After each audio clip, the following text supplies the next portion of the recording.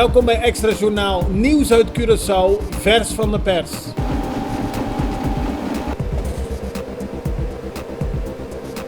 En dit is het nieuws van vandaag.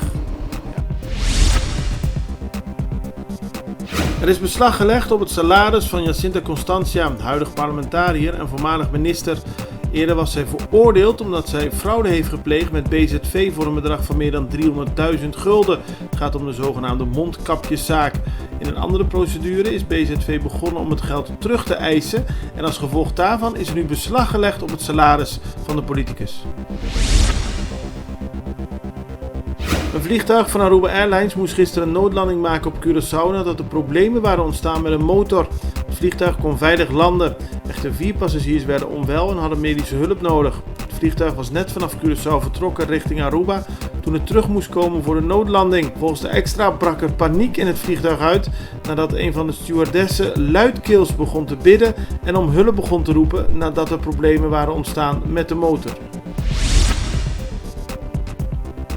Volgens staatssecretaris Raymond Knops van Koninkrijksrelaties kunnen Bonaire, Sint-Eustatius en Saba op termijn geen autonome landen binnen het Koninkrijk worden, zoals Curaçao, Aruba en Sint Maarten dat nu wel zijn. Volgens hem zijn de BES-eilanden daar te klein voor. Dat zei Knops in een interview met VNG Magazine. Hij gaf daarin verder aan optimistisch te zijn over de ontwikkeling van de 3 eilanden. Over Curaçao had hij minder positieve woorden. De problematiek op Curaçao noemde hij aanzienlijk, met een recessie en een crisis in buurland Venezuela.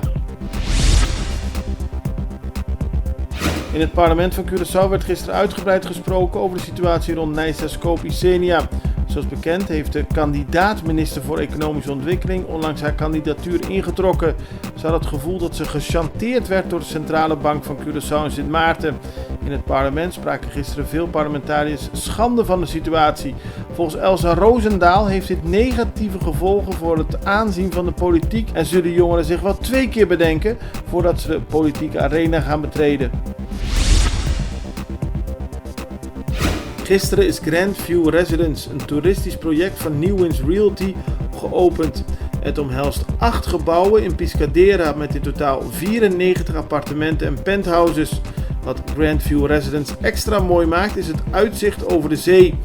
Randy Neumann, eigenaar van New Winds Realty, zegt dat in totaal 70% van het project verkocht wordt met de intentie om deze te verhuren in een rental pool. 30% kan gekocht worden door mensen die er gewoon zelf gaan wonen.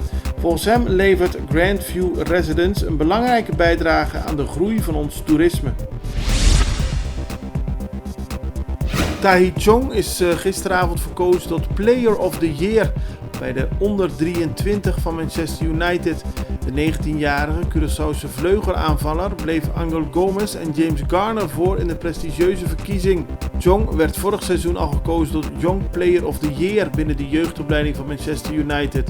Hij maakte eerder dit seizoen zijn debuut in de hoofdmacht van Manchester United en speelde tot dusver 4 officiële wedstrijden, waaronder in de Champions League tegen Paris Saint-Germain.